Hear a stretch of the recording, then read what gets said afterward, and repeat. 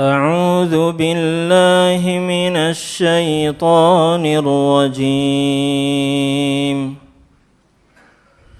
ذرني ومن خلقت وحيدا وجعلت له مالا ممدودا وبنين شهودا ومهدت له تمهيدا ثم يطمع أن أزيد كلا إنه كان لآياتنا عنيدا سأرهقه صعودا إنه فكر وقدر فقتل كيف قدر ثم قتل كيف قدر ثم نظر ثم عبس وبسر ثم أدبر واستكبر فقال إن هذا إلا سحر يؤثر إن هذا إلا قول البشر سأصليه سقر وما أدراك ما سقر لا تبقي ولا تذر لواحة للبشر عليها 19. Bismillahirrahmanirrahim. Assalamualaikum warahmatullahi wabarakatuh. Alhamdulillah hamdan tayyiban mubarakan fih. Salatu wassalamu ala Rasulillah wa ala alihi wa sahbihi wa man sara ala nahjihi wa sunnatihi ila yaumiddin, amma ba'd. Para jamaah sekalian, hari ini kita mengkaji masih di surat Al-Mudaththir pada ayat yang ke-11 dan seterusnya yang dibaca tadi sampai pada ayat 30. Ayat-ayat ini berbicara tentang ancaman Allah Subhanahu wa ta'ala mengancam orang-orang kafir dengan azab yang sangat-sangat pedih sekali, dengan azab neraka. Siapa yang dimaksud dengan orang kafir di sini? Pertama, mereka orang-orang yang kufur, mengingkari nikmat yang Allah berikan kepada dia, yang sering kita sebut dengan istilah kufur nikmat. Yang kedua, mereka orang-orang yang mengingkari wahyu yang Allah turunkan kepada mereka, mengingkari Al-Quran, mengingkari ayat-ayat yang telah Allah turunkan kepada mereka, menolak, memutarbalikkan makna ayat itu yang sebenarnya, di otak-atik, membuat rekonstruksi Al-Quran, istilah kaum liberalis. Faliyadzubillah. Inilah ancaman yang Allah berikan kepada mereka ini. Dan juga ayat-ayat ini bicara tentang neraka jahanam. Seperti apa neraka jahanam itu? Dan bagaimana azab yang bakal diperoleh oleh para penghuni neraka, dan siapa para penjaga-penjaga neraka jahanam itu. Ini ayat yang dibacakan tadi. Kemudian bicara tentang sebab turunnya ayat ini. Ya. Kalau kita terjemahkan, Zarni wa man khalaqtu wahida. Biarkanlah diriku, kata Allah. dengan orang-orang yang aku ciptakan dalam kondisi kesendirian itu. Wa ja'altu lahu malan mamduda, lalu aku berikan dia harta yang banyak berlimpah. Wa banina syuhuda, dan aku karuniakan kepada mereka anak-anak yang senantiasa ada di sekitarnya. Wa mahattu lahu tamhida, lalu aku berikan keluasan pada rezeki dan dunia mereka, kelapangan pada dunia mereka. Thumma yatma'u an azida, lalu setelah itu mereka rakus, ingin aku senantiasa menambah dunianya. Kalla, tidak mungkin itu aku lakukan. Innahu kana li ayatina anida, karena mereka itu menolak, mengingkari ayat-ayatku. Ya. Sa'urhiquhu sa'uda, inilah azabnya. Saya akan bebankan kepada mereka azab yang sangat berat kepada mereka, karena mereka senantiasa berpikir untuk mengotak-ngatik ayat Al-Quran. Wa qaddar, lalu dia mengeluarkan statementnya. Faqutila kaifa qaddar, sungguh terlaknat mereka karena statement mereka terhadap Al-Quran. Thumma qutila kaifa qaddar, sungguh terlaknat mereka. Bagaimana mereka mengeluarkan statement yang seperti itu? Mereka terus berpikir, thumma nazar, thumma abasa wa basar, sehingga wajah mereka berkerut memikirkan itu. Thumma adbara wastakbar, lalu mereka pun akhirnya berpaling dari ayat Al-Quran dan sombong. Faqala, akhirnya mereka mengatakan, in hadza illa sihrun yu'thar, sesungguhnya ayat-ayat ini adalah sebuah sihir yang dipelajari turun-temurun. In hadza illa qaulul bashar, sesungguhnya ayat-ayat ini bukanlah ucapan Allah dan bukan firman Allah. Ini adalah ucapan manusia. Sa'uslihi saqar, saya akan lemparkan mereka ke dalam neraka yang membara. Tahukah kalian apa itu neraka yang membara? Wa ma adraka ma saqar, la tubqi wa la tadhar, tidak akan menyisahkan dan membiarkan mereka sedikit pun di dalamnya. Lawahatul lil bashar, kulit mereka akan terbakar di sana. Alaiha 19, yang menjaga neraka jahanam itu ada 19 para malaikat. Ayat ini kaitannya dengan siapa sebetulnya? Kalau kita lihat terjemahnya tadi, sepertinya ayat ini berkaitan dengan seseorang. Dia itu adalah Al-Walid bin Mughirah. Jadi ayat-ayat ini bersentuhan dan berkaitan erat dengan sosok yang bernama Walid bin Mughirah. Siapa Walid bin Mughirah? Tokoh kafir Quraisy di Makkah, yaitu ayahanda dari Khalid bin Walid. Jadi anaknya dua yang masuk Islam, Khalid bin Walid dan Walid bin Walid. Walid bin Walid.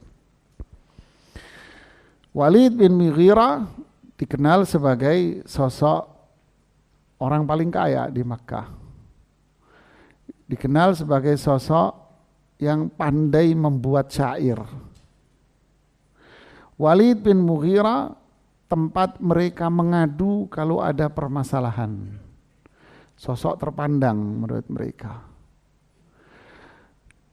Kisahnya, sebagian para ulama tafsir menyebutkan riwayat bahwa kisahnya bermula dari Walid bin Mughirah mendengarkan ayat-ayat Al-Quran yang dibaca oleh Abu Bakar As-Siddiq. Jadi Abu Bakar As-Siddiq radhiyallahu anhu baca beberapa ayat Al-Quran.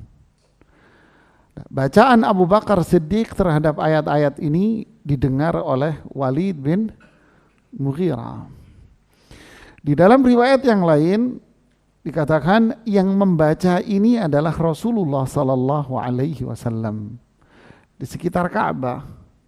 Ketika Rasulullah membacakan, Rasulullah tahu di situ ada Walid bin Mughirah. Lalu beliau membaca, kemudian diulang ayat Al-Quran itu karena Rasulullah tahu di situ ada Walid bin Mughirah.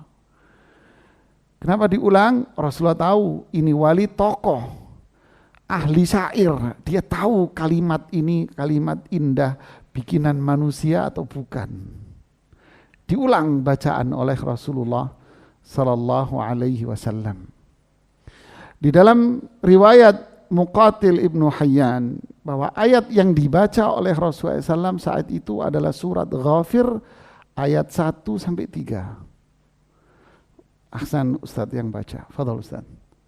Suaranya enak kan. Fadhal Ustadz. Ini ayat yang dibaca Rasulullah SAW di hadapan beberapa sahabat dan penduduk Makkah di sekitar Ka'bah, dan di situ ada Al-Walid Ibnul Mughirah. Fadhal Ustaz. Surat Ghafir ayat 1 sampai 3. A'udzu billahi minasy syaithanir rajim. Bismillahirrahmanirrahim. Hamim. Tanzilul kitab minallahil azizil alim. غافر الذنب وقابل التوب شديد العقاب ذي الطول لا إله إلا هو إليه المصير. Subhanallah. Walid bin Mughirah mendengar ayat ini. Tubuhnya lemas. Sendi-sendinya dia lemas. Langsung Walid bin Mughirah pulang ke rumahnya. Penduduk Makkah mengatakan, Walid bin Mughirah sepertinya akan masuk Islam. Jika dia masuk Islam, maka seluruh penduduk Makkah tak akan tersisa. Semua akan masuk Islam. Disampaikan berita itu kepada teman akrabnya, Abu Jahal. Abu Jahal mengatakan, biarkan aku yang bicara. Ini urusanku sama Walid. Lalu Walid bin Mughirah mengatakan, sungguh saya mendengar sebuah bait-bait, kalimat-kalimat. Saya orang yang paling faham tentang syair. Ini bukan syair. Ini bukan sihir. Dan ini bukan ucapan manusia. Ini adalah ucapannya Allah, kata dia. Kalimat yang pertama dengan kalimat yang terakhir itu adalah susunan kata-kata yang sangat menakjubkan, kata dia. Kalimatnya tersusun dengan penuh keindahan dan penuh kelembutan kata-katanya.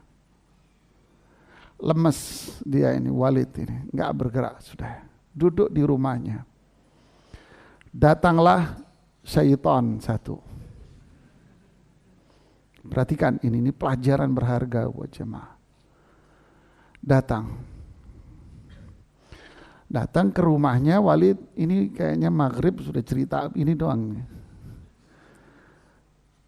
Datanglah Abu Jahal ke rumahnya Walid. Dengan kondisi, dengan bersandiwara. Dia datang dengan seolah-olah dia dalam kondisi yang lemah pula. Lemes nih Abu Jahal datang. Walid nanya, Kenapa lo? Kenapa kamu Abu Jahal? Iya. Emang setan, ini setan, asli setan jamaah. Ini setan asli nih. Bilang apa Abu Jahal? Iya. Itu penduduk Makkah lagi ngumpulin makanan. Bohong, setan pembohong. Itu penduduk Makkah lagi ngumpulin makanan. Buat apa? Kata Walid. Ya, karena tadi kamu menemui Abu Bakar dan menemui Rasulullah SAW, katanya kamu minta makanan. Ingin jamaah. Orang kaya dibilang begini. Kira-kira apa? Ya penghinaan. Tidakkah mereka tahu bahwa aku orang paling kaya di Makkah ini? Lalu mereka mengatakan aku datang mencari makanan. Marah. Hilang semua tadi sudah. Setan Abu Jahal menang. Tapi itu yang mereka katakan terhadap dirimu. Kamu datang menemui Abu Bakar, minta makan kamu, katanya Abu Jahal. Marah lagi Walid bin Mughirah, emosionalnya naik, dia tinggi emosinya.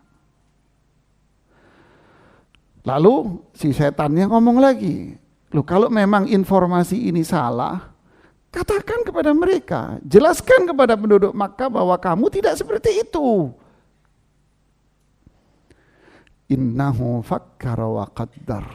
Lalu dia mikir, kalimat apa yang pas untuk aku katakan tentang Al-Quran ini. Mikir dia apa ya.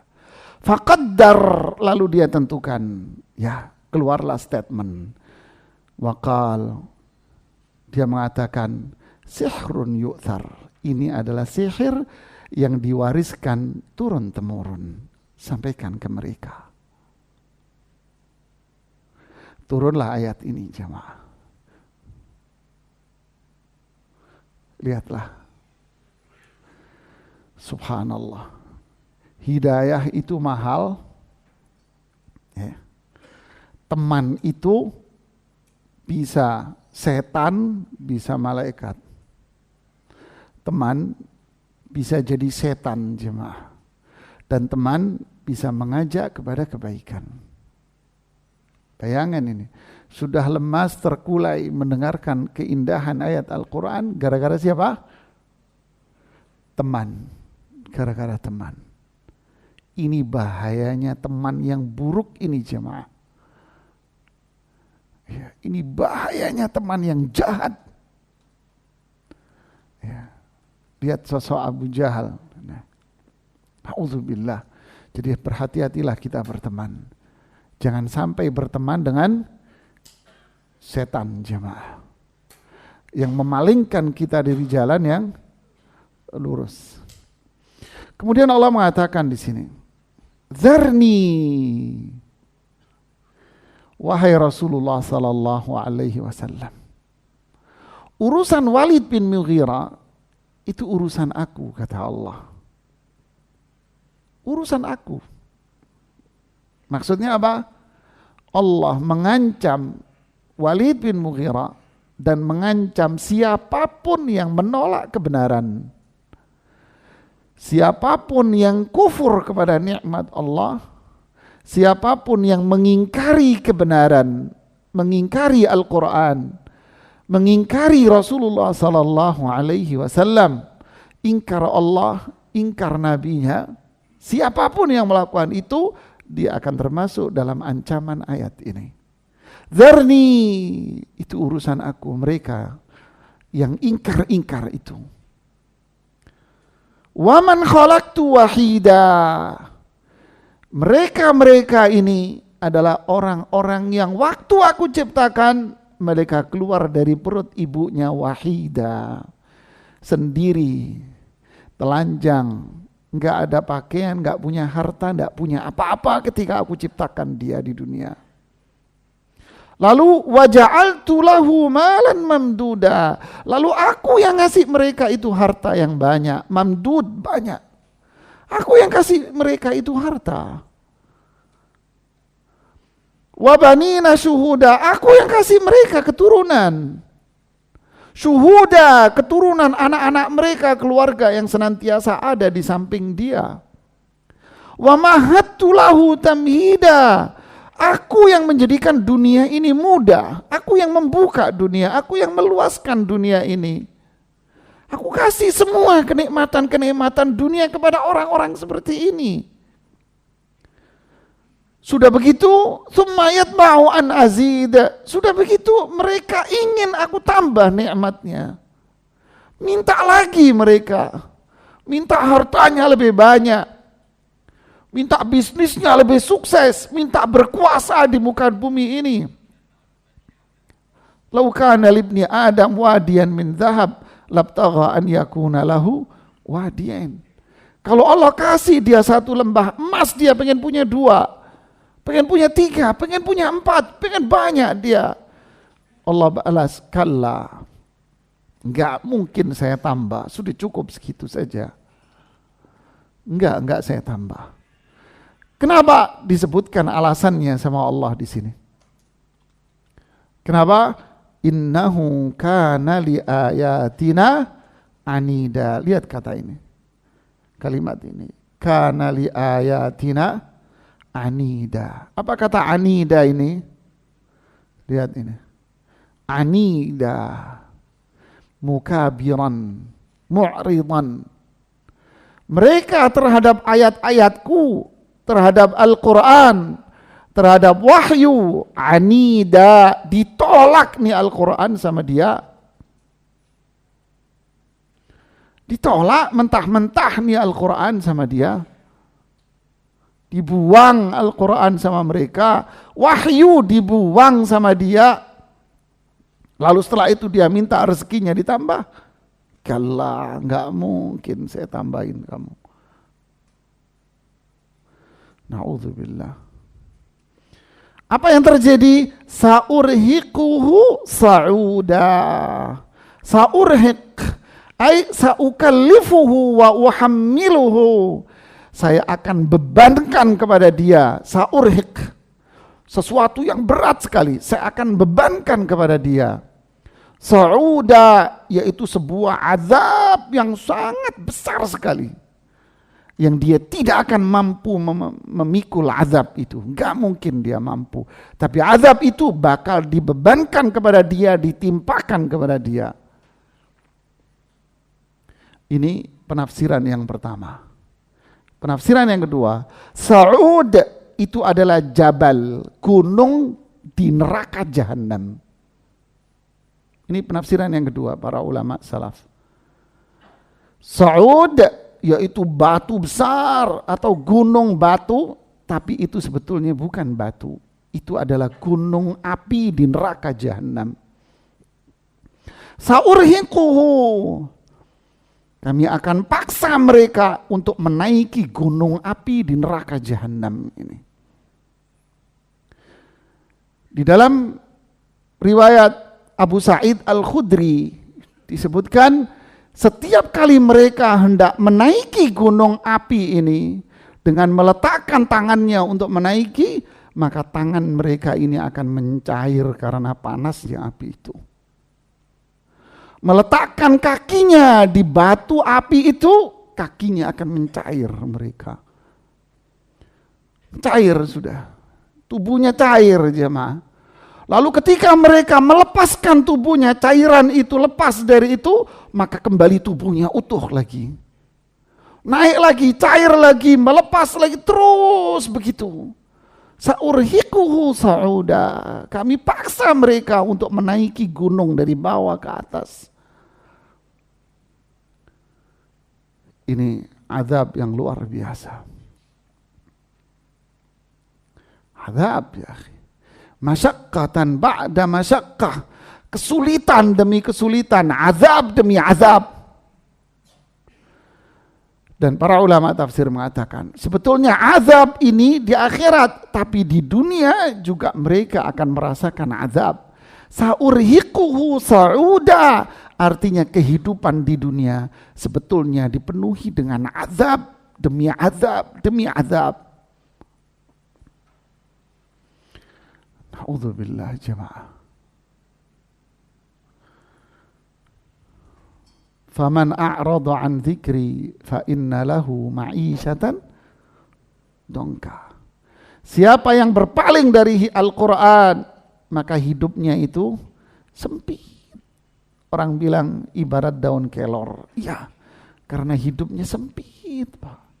Tertekan, stres, batin dan sebagainya. Padahal hartanya banyak. Ini hartanya banyak ini orang. Ke psikiater, ke sini, psikiaternya juga sama. Cari hiburan ke sono kemari, stres dia. Stres dia. Punya pesawat pribadi 2 biji. Ustadz, pesawat pribadi saya 2, Ustadz. 2, Pak. Iya, Pak. Pesawatan, Pak. Pesawat 2, Ustadz. Jet saya 2, Ustadz. Saya hidup di atas awan, Ustadz, setiap hari. Dari satu benua ke benua di dunia. Hah? Allahu Akbar. Saya nggak dapat kebahagiaan saya, Ustadz.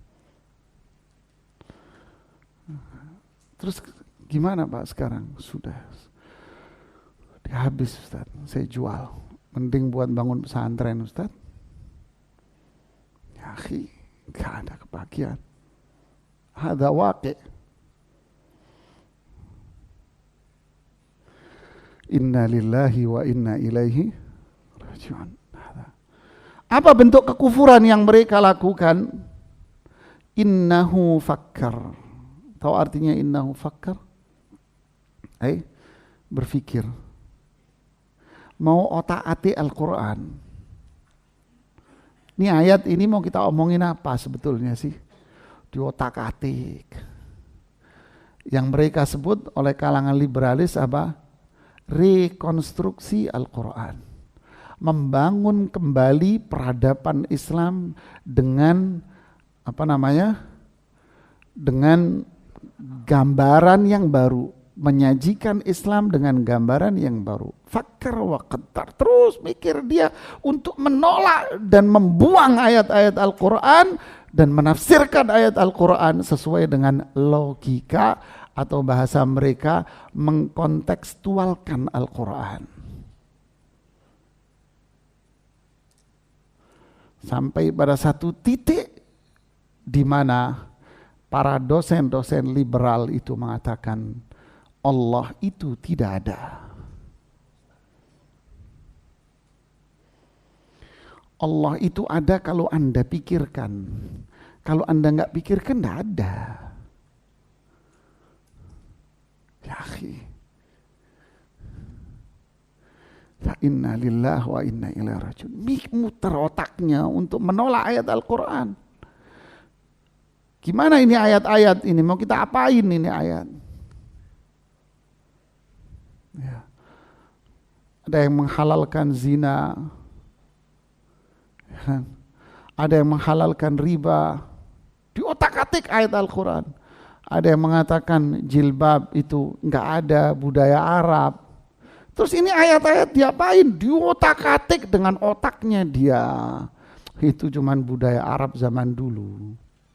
Coba aja lihat, ya ayyuhan nabi, istri-istri Nabi. Itu jilbab buat istrinya Nabi. Diutak-atik, diputar, innahu fakkar wa qaddar, akhirnya memutuskan mengeluarkan statement.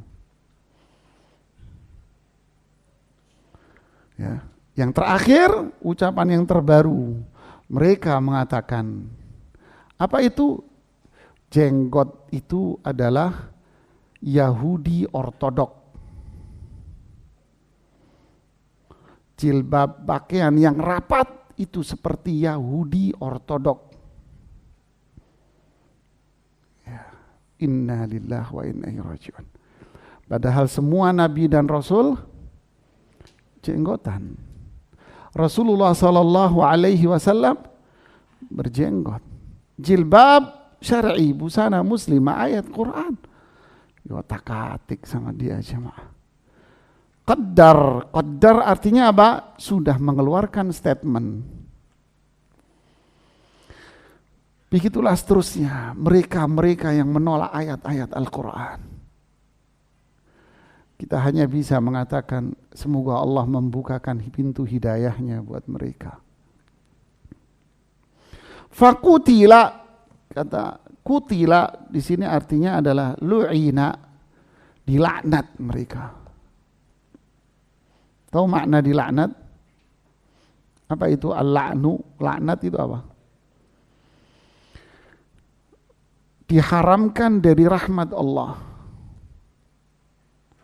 Jangan dia nggak dapat rahmat. Loh, di atas dikatakan dikasih harta banyak, dikasih keturunan, dilapangkan dunia semua. Bukankah ini rahmat Allah, Ustaz? Ya, ini memang rahmat Allah. Tapi ini adalah rahmat yang bisa dinikmati oleh monyet pun menikmati ini, jamaah. Kata Ibnu Qayyim rahimahullah, binatang pun menikmati ini. Bahkan binatang pun akan lebih banyak menikmati dari manusia. Rahmat umum ini. Ini rahmat umum, semua menikmatinya. Berarti semua orang pun akan merasakan itu. Allah kasih, kalau sekedar harta duniawi Allah kasih. Ya, Abu Jahal kaya jemaah. Walid bin Mughirah kaya. Abu Jahal ganteng, keren. Abu Lahab ganteng. Makanya disebut dengan Lahab di jahiliyah. Apa itu? Wajahnya yang putih, cerah, ceria, ganteng. Dibalas sama Allah, tabbat yada abi lahabin watab. Lahab itu bukan wajah yang ganteng. Lahab itu api yang membara, kata Allah. Keren, mereka dikasih harta, kekayaan, kedudukan, dan sebagainya. Tapi yang dimaksud terusir dari rahmat, tidak dikasih rahmat adalah rahmat apa? Rahmat khusus. Hidayah, ketentraman, kedamaian hatinya. Makanya di ayat yang di atas apa? Sa'urhiquhu sa'uda. Saya akan bikin mereka itu menderita di dunianya. Penderitaan demi penderitaan demi penderitaan mereka akan rasakan di dunia ini. Di akhirat azab mereka akan rasakan yang begitu berat. Mereka terhalang dari yang namanya kebaikan, ketenangan hidup. Man amila salihan min dzakarin aw untha wa huwa mu'minun falanuhyiyannahu hayatan thayyibah. Siapa yang beramal saleh, dia beriman kepada Allah, saya bikin hidup dia itu bahagia. Lihat jemaah, terhalang mereka dari yang ini, kebahagiaan. Subhanallah. Faqutila, inilah orang-orang yang dilaknat, menderita. Kaifa qaddar, bagaimana mereka membuat statement tentang Al-Quran seperti ini? Bagaimana mereka bisa menolak Al-Quran, menolak ayat-ayat Al-Quran? Kemudian ditekankan lagi oleh Allah Subhanahu wa taala, "Tsumma qutila kaifa qaddar", diulangi lagi. Menunjukkan bahwa statement mereka itu benar-benar luar biasa, menolak ayat-ayat Al-Quran, membuang ayat-ayat Al-Quran, merendahkan ayat-ayat Al-Quran.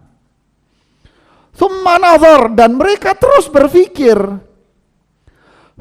Mereka terus berpikir untuk apa? Memutarbalikkan ayat-ayat Al-Quran ini. Tsumma abasa wa basar, wajahnya mereka berkurut, berpikir keras untuk memutarbalikkan. Dibuatkan studi-studi Islam, studi-studi Al-Quran di kampus-kampus liberalis. Untuk apa? Untuk memutarbalikkan ayat-ayat Al-Quran. Na'udzubillah. Ada jurusan Islam Jawa, ada kampus jurusan Islam Jawa, ada jemaah. Na'udzubillah. Nanti mungkin di tempat lain ada Islam Sunda kali. Nanti di Medan ada Islam Batak. tempat lain ada Islam apalah. Diotak-atik sama dia, nazar terus. Ya. Thumma adbara wastakbar, yang pada akhirnya adbar, berpaling dia dari Al-Quran. Wastakbar, sombong dia, merasa dirinya udah pandai. Diadakanlah dialog-dialog lintas agama. Lihat, diadakan akhirnya dialog-dialog lintas agama. Untuk apa? Mencari titik temu kebersamaan.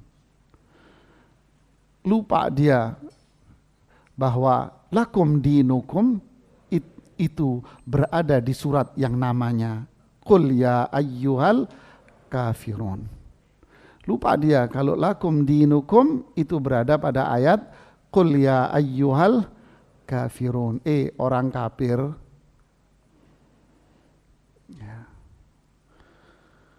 Faqala in hadza illa sihrun yuthar. Mereka mengatakan Al-Quran ini tak ubahnya adalah sebuah sihir, primbon-primbon yang diperoleh dari turun-temurun dari mereka sudah. Ini turun-temurun, ini sihir. Makanya Al-Quran ini bukan kalamullah. Ini ucapan manusia. Sehingga di kampus-kampus mereka terang-terangan mengatakan dosen-dosennya itu, bahwa ini Al-Quran ini bukan ucapan Allah. Ini bukan ucapan Allah. Ini manusia, ini koran ini dicetak di percetakan, dibuang di tanah, diinjek. Ana bilang kok ente diem aja? Ya saya karyawan Ustadz di kampus itu. Ana bilang keluar ente. Kelamaan jadi setan loh ente. Ana bilang gitu, jengkel ana. Ya akhi, inna lillahi wa inna ilaihi raji'un. Lihat ucapan, in hadza illa qaulul bashar. Ini tak ubahnya hanya ucapan manusia. Sekarang ditiru oleh kaum-kaum liberalis. Padahal ini ucapan siapa? Walid bin Mughirah yang Allah ceritakan di dalam Al-Quran. Nah, Abu Jahal ini pemikirannya. Kita dengarkan dulu azan.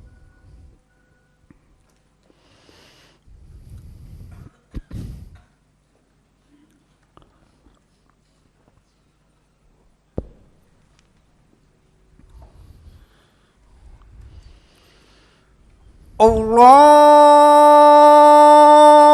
Akbar, Allahu Akbar, Allahu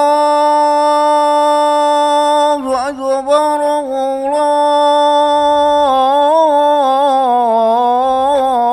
Allahu Akbar.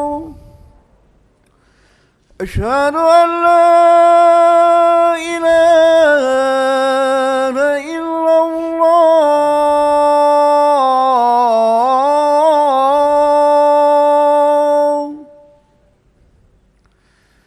أشهد أن لا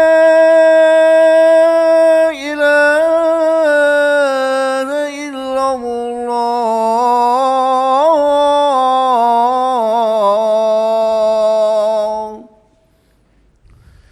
أشهد أن محمدا رسول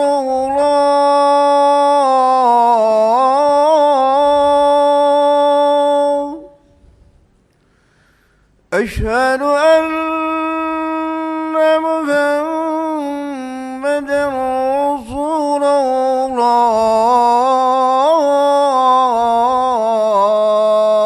الله حي على الصلاة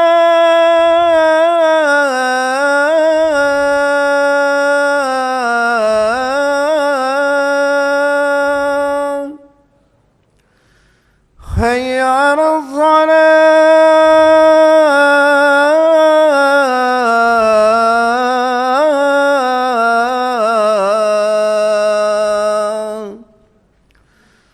حي على الفلاح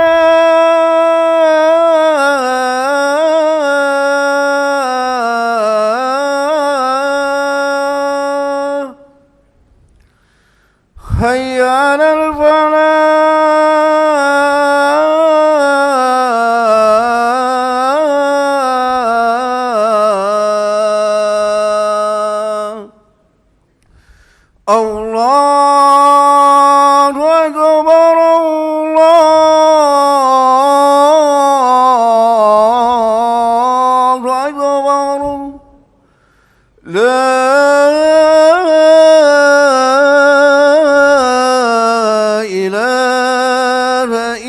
Allah.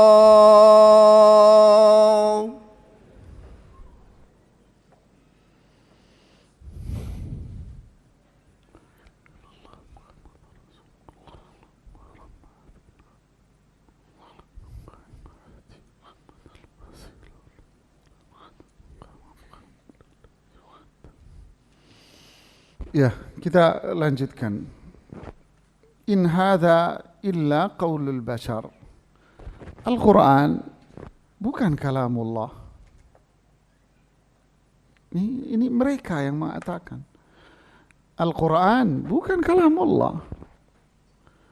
Ini ucapan manusia. Ada di antara mereka dari Asy'ariyah mengatakan Al-Quran yang ada di tangan kita ini ada yang bilang mengatakan di antara mereka itu ini ucapannya Jibril. Ada lagi di antara mereka yang mengatakan ini ucapannya Rasulullah SAW. Loh, bukan ucapan Allah, bukan. Ucapan Allah itu adalah ucapan yang di dalam hati. Lalu Jibril yang membahasakan, ini Jibril ini yang ngomong. Ada yang mengatakan ini Rasulullah yang ngomong. Jadi firman Allah itu dalam hati. Tahu dalam hati jemaah? Apa? Bahasa Jawanya gerundel. Ngomong dalam hati sendiri. Ya akhi, pengingkaran ini. Nah, sekarang orang-orang liberalis sama mengingkari. Al-Quran di tengah kampusnya mereka dibawa. Terus dirobek, diinjak-injak sama dia. Dengan mengatakan ini bukan Al-Quran, ini omongan manusia. Na'udzubillah, thumma na'udzubillah. Inilah ancaman buat mereka. Apa itu ancamannya? Sa'uslihi saqar. Tahu artinya sa'uslih? Saya akan masukkan mereka ke dalam neraka, saqar yang membara, di mana neraka ini akan mengepung, api neraka ini akan mengepung tubuh mereka. Mohon maaf, mama kita dulu suka bakar jagung. Kita taruh di mana jagungnya jemaah? Di atas atau di bawah? Dulu kita suka bakar jagung taruh di mana? Di bawah, cemplungin di bawah. Kan gitu kan dulu kita kan? Cemplungin taruh di bawah deh, bakar situ. Di mana apinya itu akan apa? Mengelilingi, kayak open gitu kan, ditaruh di tengahnya dagingnya, atasnya api, samping bawah api. Sa'usrihi saqar, masukkan mereka ke dalam neraka jahanam, lalu api ini akan menyelimuti mereka, tubuh mereka. Allahu Akbar. Yang pada akhirnya apa? Wa ma adraka ma saqar. Tahu enggak kalian itu? Berita tentang neraka saqar itu sudah kalian dengar. Ini menunjukkan apa? Menunjukkan begitu dahsyatnya neraka jahanam dalam membakar tubuh mereka. Lalu ditekankan lagi oleh Allah, la tubqi wa la tadhar. Kata Imam Ad-Dhahhak rahimahullah, la tubqi, tidak membiarkan mereka yang berada di luar itu untuk tetap hidup dan berada di luar, tidak. Mereka yang berada di luar neraka akan diseret dan dimasukkan ke dalam neraka. Ketika mereka berada di dalamnya, la tadhar, tidak akan disisakan secuil dari daging dan tulangnya. Tidak akan dibiarkan mereka, kalau sudah masuk tidak akan disisakan dari tubuh mereka. Sehingga penjelasan lain dari para ulama seperti ungkapan Imam Mujahid, la tumitu wa la tuhyi. Neraka jahanam tidak akan membiarkan mereka itu mati dan tidak akan membiarkan mereka ini hidup. La tubqi man fiha hayya, tidak akan membiarkan mereka itu hidup dan tidak akan dibiarkan mereka itu mati, tidak. Tapi mereka akan terbakar dan tidak akan disisakan sedikit pun. Dibikin utuh lagi oleh Allah, dibakar lagi, tidak sisakan sedikit pun. Terus begitu sampai kapan? Selamanya. Tsumma la yamutu fiha wala yahya. Kemudian mereka di dalam neraka hidup pun tidak, mati pun tidak. Inilah azab neraka buat mereka. Lawahatun lil bashar, ay tahriqu basharahum. Al bashar di sini kulit. Lawahatun lil bashar artinya neraka itu akan membakar kulitnya dia. Bahkan di ayat yang lain, nazaatan lisyawa, api neraka itu akan mencabut lapisan putih antara kulit dengan tulang. Ya. Nazaatun lisyawa, antara kulit, daging, tulang ada kelapisan putihnya. Syawa, ditarik itu azab kulitnya mereka yang warna putih itu. Inna lillahi wa inna ilaihi raji'un. Ini azab neraka. Kemudian Allah bercerita tentang penjaga neraka. Alaiha tis'ata asyar. Yang jaga neraka itu ada 19 malaikat. Zabaniyah. Yang siap mengazab mereka dengan berbagai macam azab. Tis'ata asyar, ini Allah yang bilang.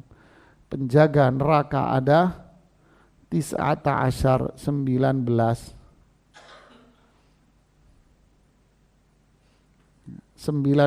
yang jaga neraka. Zabaniyah. Falyad'u nadiyah sanad'u Zabaniyah. Silahkan Abu Jahal memanggil grup-grupnya, tapi saya akan memanggil Zabaniyah. Ketika ayat ini dibaca oleh Rasulullah SAW, Abu Jahal, Abu Lahab bicara, bukankah kalian itu adalah orang-orang yang kuat? Kalian orang-orang yang kuat, bukan orang-orang yang lemah.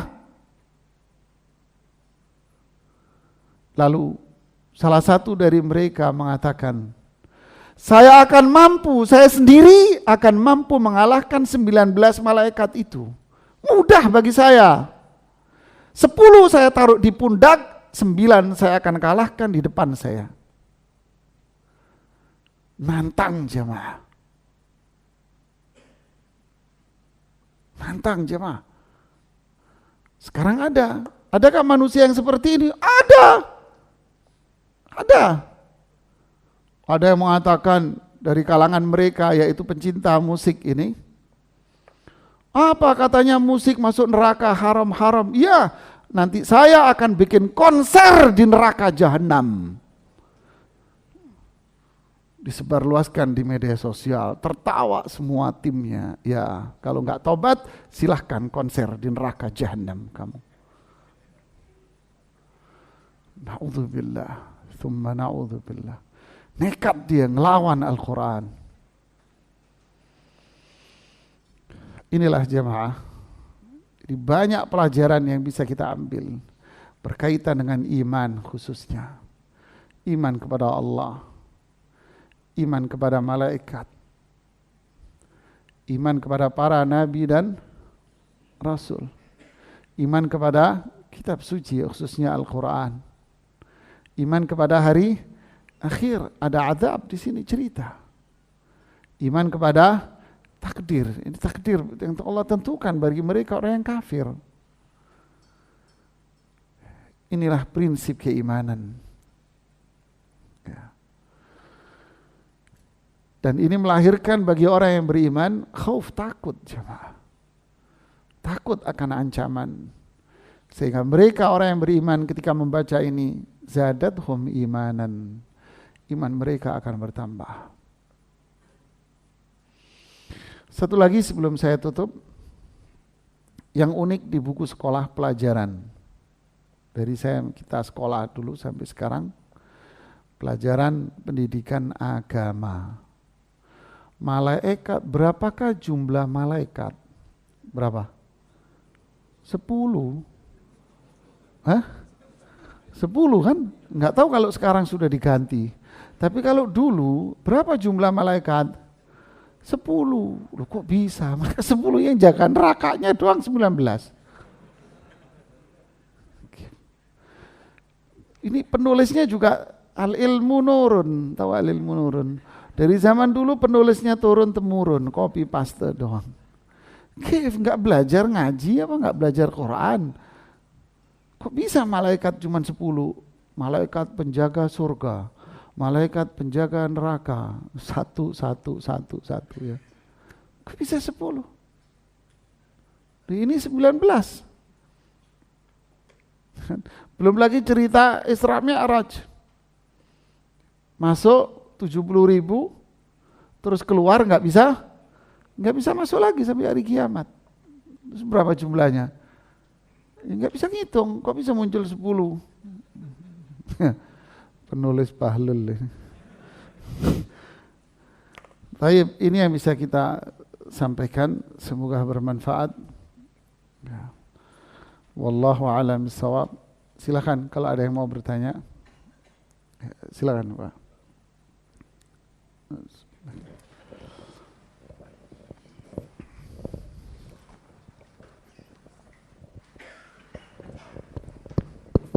Terima kasih Ustadz. Assalamualaikum warahmatullahi wabarakatuh.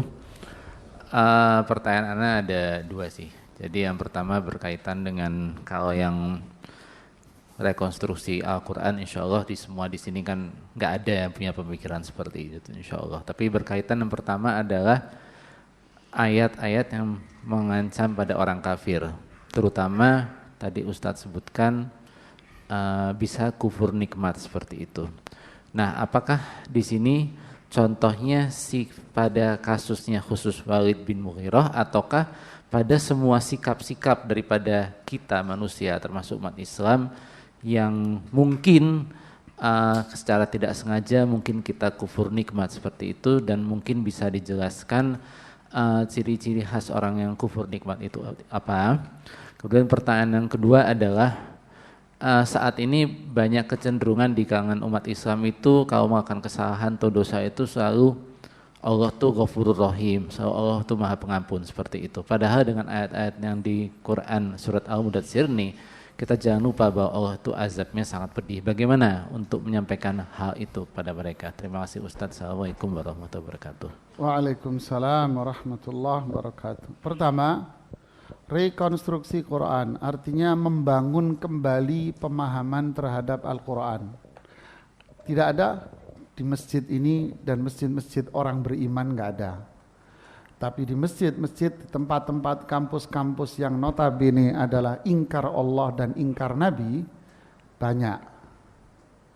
Dirubah, ya, menolak sifat Allah, menolak nama Allah, sifat Allah, banyak ayat yang mereka putar balikkan. Ya kan? Kemudian yang kedua, kufur nikmat. Apakah ayat ini hanya berkaitan dengan Walid bin Mughirah? Tidak. Karena coba kita lihat, redaksi-redaksi ayat ini tidak ada menyentuh nama Walid bin Mughirah sama sekali. Cuma dalam studi Al-Quran, ketika kita mempelajari sebuah tafsir Al-Quran, pasti kita ingin mengetahui sebab turunnya. Kenapa? Karena ma'rifatu sababin nuzul tu'inuna ala fahmil ayah. Kaedahnya yang disampaikan para ulama, memahami sebab turunnya ayat itu membantu kita untuk memahami makna ayat. Oh, maknanya ini. Sehingga al-ibratu bi'umumil lafzi la bi khususis sabab. Sehingga patokan dan pijakan dalam memahami sebuah ayat adalah keumuman redaksinya, bukan kekhususan sebab. Nah, ini kaedahnya. Ya. Memang itu sebabnya, untuk memudahkan kita memahami ayat. Tetapi ayat ini berlaku buat semua umat Islam karena redaksinya juga bersifat umum. Ya. Kufur nikmat atau ingkar terhadap Al-Quran, mengingkari wahyu, berlaku pada siapa? Siapapun yang mengingkari Al-Quran, siapapun yang menolak wahyu Allah, yaitu menolak Al-Quran dan hadis Rasulullah SAW yang sahih, maka dia akan terancam dengan ayat-ayat ini. Siapapun orangnya. Yang kedua, kufur nikmat, artinya mengingkari bahwa semua yang ada dalam dunia ini, yang dia miliki, yang ada di sekitar dia, yang di tangan dia, itu adalah nikmat yang Allah berikan kepada dirinya. Tapi dia ingkari, innal insana li rabbihi lakanuda. Dia ingkari. Kenapa? Innama utituhu ala ilmin indi. Apa ciri-cirinya? Saya mendapatkan ini kan karena kecerdasan saya. Nih, satu. Saya mendapatkan ini karena kreativitas saya. Saya mendapatkan ini karena inovasi yang saya buat. Ingkar ini. Saya pintar karena apa? Saya cerdas, saya cum laude, saya summa cum laude. Saya kreatif, saya gigi, saya inovatif orangnya. Begitulah seorang bos kadang motivasi teman anak buahnya. Lupa dia ini Qarun ini yang ngomong. Innama utituhu ala ilmin indi. Saya dapat kekayaan ini ilmu saya. Saya. Ini kufur nikmat ini. Kemudian cirinya lagi yang keempat disebutkan oleh Imam Hasan Al-Basri. Apa? Kalau dikasih musibah oleh Allah 1-2 musibah, yang diingat musibahnya, dia melupakan miliaran nikmat yang Allah berikan kepada dia. Satu musibah, diotak-atik, dikeluhkan seakan-akan hidupnya musibah semuanya. Padahal musibahnya baru 1-2 ya akhi. Nikmat yang Allah berikan kepada kamu gak bisa kamu hitung, kamu lupakan. Dikasih musibah sakit sedikit ngeluhnya luar biasa. Dikasih kekurangan bisnis ngeluh. Masya Allah padahal dia masih bisa makan 3 kali sehari. Ya akhi, ini kufur nikmat. Yadhkurul masaib wa yansan ni'am. Melupakan semua nikmat. Ini tanda-tandanya orang kufur nikmat. Kemudian tandanya apa lagi? Tidak menjadi nikmat yang Allah berikan kepada dia, tidak menjadikan dia itu malah taat dan patuh sama Allah. Tapi justru nikmat yang Allah berikan kepada dia menjadi nikmah, akan menjadi bencana buat dia karena itu semua digunakan untuk maksiat kepada Allah. Nah, ini tanda-tandanya. Siapapun itu orangnya, kalau ada pada dirinya ini, ya kena ancaman ini. Wallahu a'lam. Ada pertanyaan tertulis?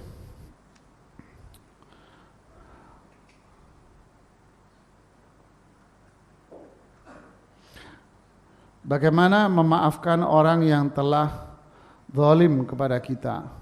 Bagaimana hukumnya dengan mendoakan keburukan untuk orang tersebut? Ya, orang yang terzalimi. Pertama, kalau dia berdoa, doanya mustajab. Karena dia terzalimi. Yang kedua, kalau dia memaafkan orang yang terzalimi, tentu ini akan lebih afdal. Ma zadallahu bi'afwin illa izza. Tidaklah Allah menjadikan dengan sifat maaf dia itu melainkan kemuliaan pada dia. Jadi memaafkan orang-orang yang menzalimi dia itu adalah kemuliaan buat yang terzalimi ini. Bukan berarti yang menzalimi itu bebas dimaafkan, tidak. Mulia bagi yang terzalimi. Dia mulia, yang terzalimi ini mulia, luar biasa kemuliaan dia. Ya. Tapi yang zalim, ya tetap zalim kalau dia nggak tobat. Ya, yang banyak ibadah ke sono. Ibadah inti buat anak nanti di akhirat kan gitu. Ya, ada lagi yang mau bertanya? Ya, silakan. Saya pakai mic-nya dulu. Mic yang mana?